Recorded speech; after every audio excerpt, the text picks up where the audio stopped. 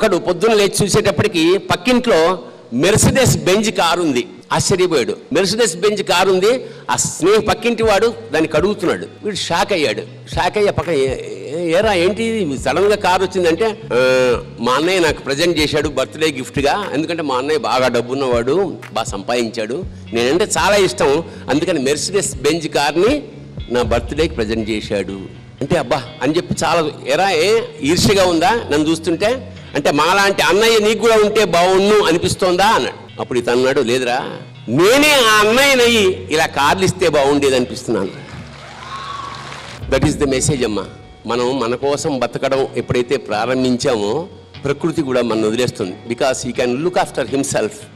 So save nature, it will save you. వృక్షో రక్షతి రక్షిత అంట. ప్రకృతి కూడా సేమ్ ఫిలాసఫీ పెడుతుంది. నువ్వు పక్క వాళ్ళ కోసం చూసుకో, నేను చూసుకుంటాను అంటాడు పరమాత్మ.